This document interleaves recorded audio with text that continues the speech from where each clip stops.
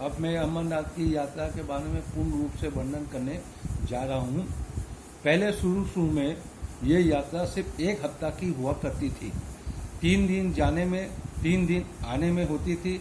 उस समय ये उद्देश्य था, राखी पूर्णिमा के दिन ही दर्शन किया जाता था। ये ब्रह्म और जीव का मिलन का मतलब था। इस उद्देश्य से ये रक्षाबंधन वाले दिन ही यात्रा की जाती थी। इसमें एक कथा आती है। भगवान शंकर ने अपनी पत्नी पार्वती को अमर गुफा की कथा अमर स्थान पर इन्होंने सुनाई थी। ये कथा इस प्रकार से है। पहलगांव से यात्रा होती है।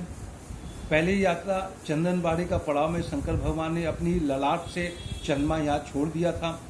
फिर पिसू की घाटी आती है। वहाँ पर शंकर भगवान ने अपने जीव जंतु जितने थे उसको छोड़ दिया था। शेषनाग झील आती है।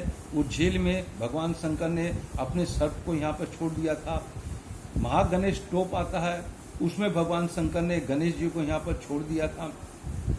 पंचतरणी में जितने भी रुद्रदास है, माला है, सब चीज़ को छोड़ के माँ को गुफा में ले गए और वो उस गुफा में अमर कथा सुनाते हैं। ये 40 फुट की हाइट की गुफा है। 12 से 14 फुट यहाँ लिंग बनता है। गणपति का और पार्वती का अलग पिंड बनता है और 2 कबूतर की जोड़ी है, ये इधर से उधर घूमते हैं। मैं 1984 में पहली यात्रा किया था अपनी पत्नी के संग में। उस समय भी हालत बहुत ख़राब थी। पत्नी की यात्रा पूर्ण हो गई। दूसरी बार 1990 में मैंने यात्रा किया था। उस समय भी तकलीफ पाई थी। जब ये कथा की बात मैं अपने मित्र सुशील मीमानी को बोला कि अमरनाथ की यात्रा करना बहुत ज़रूरी है, बहुत अच्छी जगह है, भगवान बफानी बाबा का स्थान है, शंकर भगवान का स्थान है, उसके मन में ये विचार जागृत हो गया। उसने मेरे को अगुवा किया और आगे जितनी भी पहाड़ था मेरे कंधे पर डाला। हम लोग 22 आदमी के ग्रुप थे, 2 नौकर थे, 1 महाराज था और इस प्रकार से हम लोग यात्रा करने का प्रोग्राम किया। मैंने जो चीज़ उसको बतलाया, जो मेरे अनुभव था मैंने उसको बतलाया। उसने उस चीज़ की व्यवस्था करके यात्रा का कार्य मुझ पर छोड़ते हुए आगे किया। जैसे लौंग है, इलायची है, पेपरमेंट है, तेल है सरसों का, चॉकलेट है, कैडबरी है, इलेक्ट्रॉन है, विक्स है, बाम है, मिश्री है। इस प्रकार के मैंने हर व्यक्ति को अलग अलग अपने अपने बैग में रखने की सलाह दी थी। यात्रा चालू होने के पहले हम सब लोग पहलगांव पहुँचे। पहलगांव पहुँचने पर पता लगा छोटी छोटी वाहनों के द्वारा यात्रा आगे चंदनबाड़ी से होती है। वहाँ हम लोग ने पंजीकरण कराया, अपना रजिस्ट्रेशन हर यात्रियों का कराया। उसके बाद हम लोग छोटी बस के द्वारा जा रहे थे। बहुत भीड़ थी, रुकावट आ रही थी। इतनी भीड़ होने से हम लोग को मन में विचार आया, हम लोग यहाँ से चंदनबाड़ी पैदल ही चले।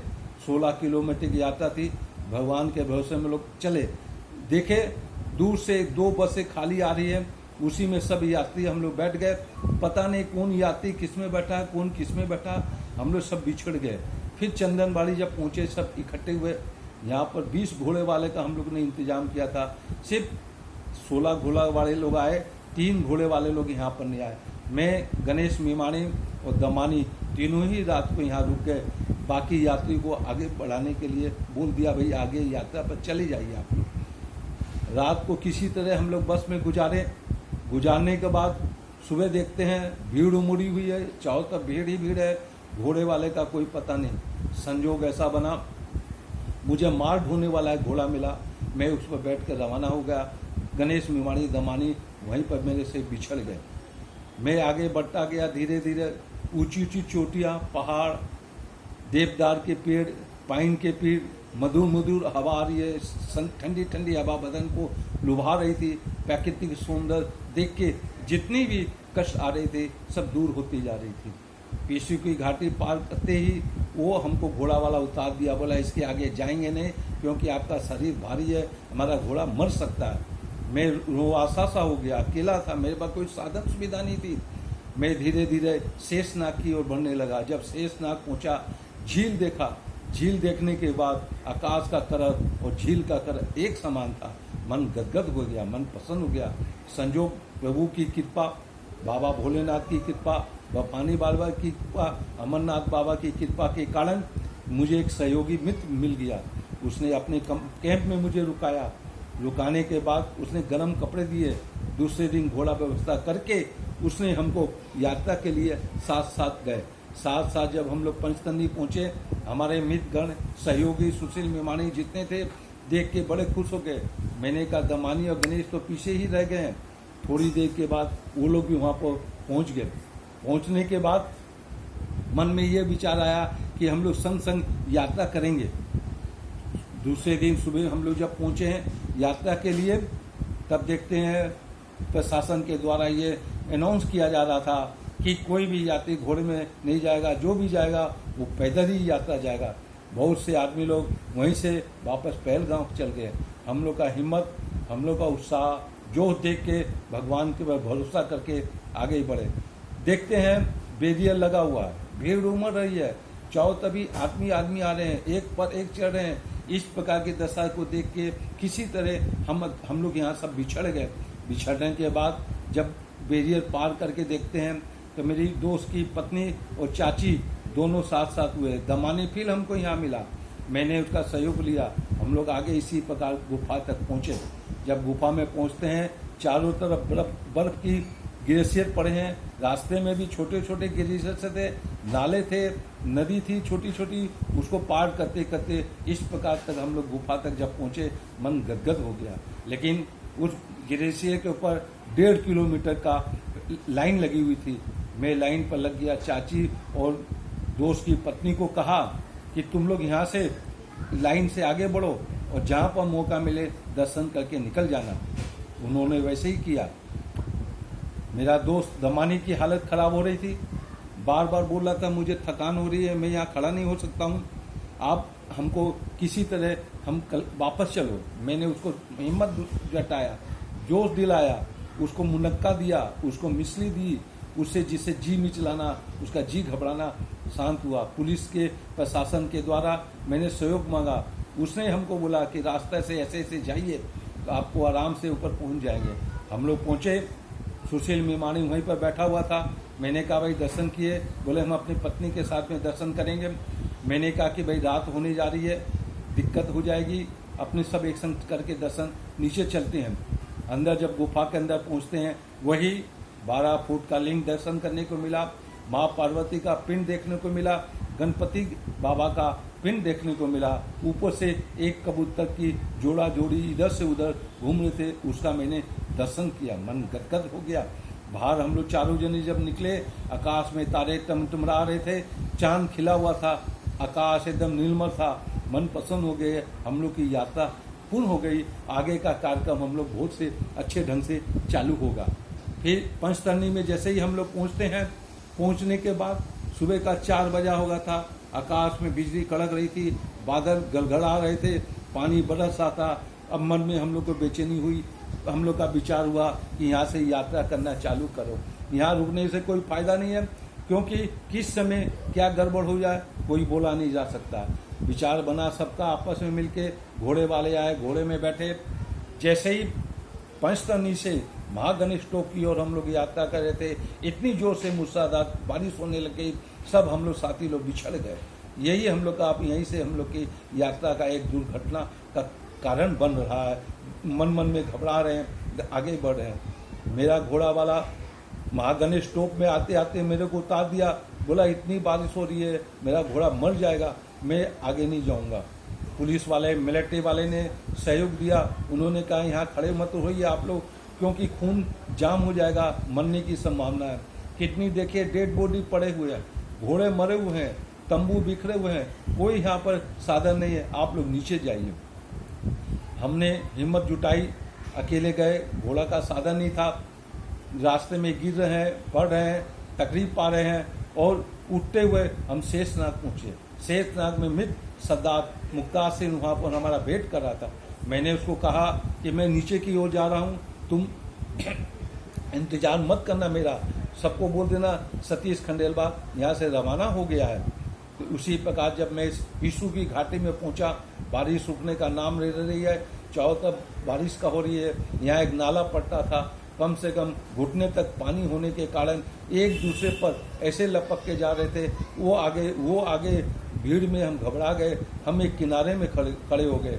एक घोड़ा वाला आया, बाबा बफानी वाला का कृपा से, शंकर भगवान की कृपा से उस घोड़े वाले ने कहा कि मैं आपको कच्चे रास्ते से ले जाऊंगा, ये रास्ता से ले जाने में बड़ी परेशानी होगी। इस जगह आतंकवाद का जमेरा, आतंकवाद लोग रहते हैं। मन में डर आया कि ये हमको मार के कहीं काट पीट के फेंक देगा तो मेरा क्या होगा। लेकिन बाबा की कृपा से हम घोड़े में बैठ गए।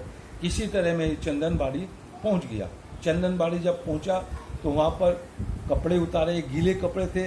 एक ढापा में मैं बैठा हुआ था, उसमें सामान में अपना उतार रहा था।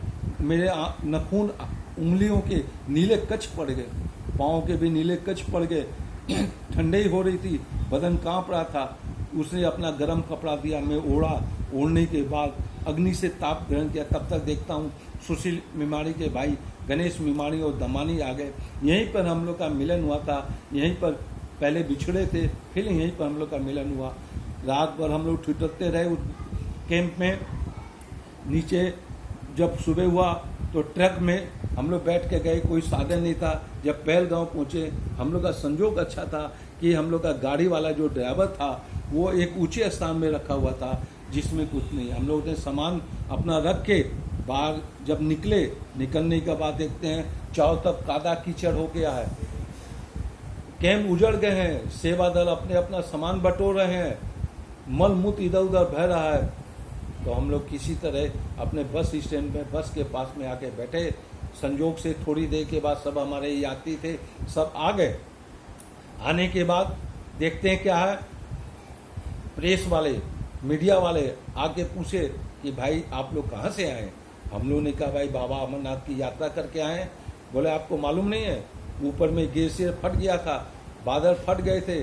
जो ग्लेशियर में लाइन लगाए हुए थे वो सब के सब उस अमर गंगा में समा गए। हजारों आदमी मर गए। ये देख के मन में तकलीफ भी हुआ और मन में ये भी हुई कि हम लोग की यात्रा हो गई। हमारे घर वाले कितने परेशान होंगे, कितने चिंतित होंगे। उस समय साधन सुविधा कोई चीज़ का मोबाइल में नहीं था। इसी प्रकार 4-5 दिन हम लोग यहाँ पर बिताए। हम लोग के पास राशन पानी था, खाने पीने था। महाराज हम लोग का खाना बनाता था। हम लोग को कोई चीज़ की तकलीफ नहीं महसूस हुई। तकलीफ इस बात की थी, हम लोग यात्रा करते अपने परिवार वाले को कुछ सूचना नहीं देने पा रहे थे, इस बात की तकलीफ थी। 4 दिन के बाद जब हम लोग फिर यात्रा पर नीचे उतरे तो पहलगांव से जम्मू की यात्रा सिर्फ 8-10 घंटे की रास्ता है। धीरे धीरे गाड़ी चल रही है, वो उसके आगे, वो उसके आगे। इस प्रकार का माहौल में संजोग से ऐसा गड़बड़ी की बात उठी, एक आगे वाली बस पलट खा के गिर गए। उसमें रोने की, चिल्लाने की आवाज़ सुनी। उस आवाज़ सुन के हम गणेश मिमाणी दोनों उतरे। देखे पुलिस वाले डंडे से खिड़की और जंगले को तोड़ रहे हैं। तोड़ के उन यात्री को निकाला जो घायल हो गए थे। उनके शरीर से रक्त बह रहा था, खून बह रहा था। उनको अपने बस में हम लोग ने बैठाया। बैठाने के बाद प्रशासन के आदमी आए, बोले यह बस पहले ही जाएगी, इसको रवाना किया जाएगा। उन्होंने रास्ता बनाया। हम लोग की बस रवाना होने वाली थी। हम लोग को बोला गया कि इनको उधमपुर के हॉस्पिटल में दाखिला कर दीजिए। हम लोगों ने ये भी सेवा का काम करते हुए यात्रा करते करते उनको हॉस्पिटल में दाखिला किया। इस प्रकार की हम लोग की यात्रा हुई, अमरनाथ की यात्रा हुई। आज मैं आप लोगों को बतला रहा हूँ, ये बतलाते बतलाते मेरे आँख से पानी गिर रहा है, रोंगटे खड़े हो जा रहे हैं। इस प्रकार की यात्रा हमने की। लेकिन कितनी भी हमने व्यवस्था की, कितनी भी होशियारी की, कितनी भी हमने चालाकी की, कितनी बार अपने जीवन का अनुभव किया, यदि प्रकृति का तांडव हो जाता है तो सब अवस्था खराब हो जाती है। वैसे अमरनाथ की यात्रा बहुत अच्छी है, प्राकृतिक सौंदर्य से भरा हुआ है। ये कहते हैं स्वर्ग यहीं पर आके हो गया। देवदार के पेड़, नदियों का बहना, झरना का बहना, जगह जगह ग्लेशियर है। उसको पार करके जब हम यात्रा करते हैं तब मन गदगद हो जाता है। लेकिन प्रकृति का यदि इस प्रकार का तांडव हो जाता है तो सब अवस्था खराब हो जाती है। मेरा सिर्फ आप लोग से आग्रह ये है, 40 से 45 साल की उम्र में कठिन से कठिन यात्रा कर लेना चाहिए। अब मेरा विचार में आपको यही है कि आप इस यात्रा को बड़े अच्छे और माहौल से, मेरे जो जीवन का अनुभव है, यदि वक्त में कभी मौका मिले तो हमसे कोई भी विषय की यात्रा में जानकारी लेना चाहते हैं, मैं निसंकोच आपको उसका रास्ता बतलाऊंगा, उपाय बतलाऊंगा, जिससे आपकी यात्रा में सुलभ और शांति से यात्रा हो सकती है।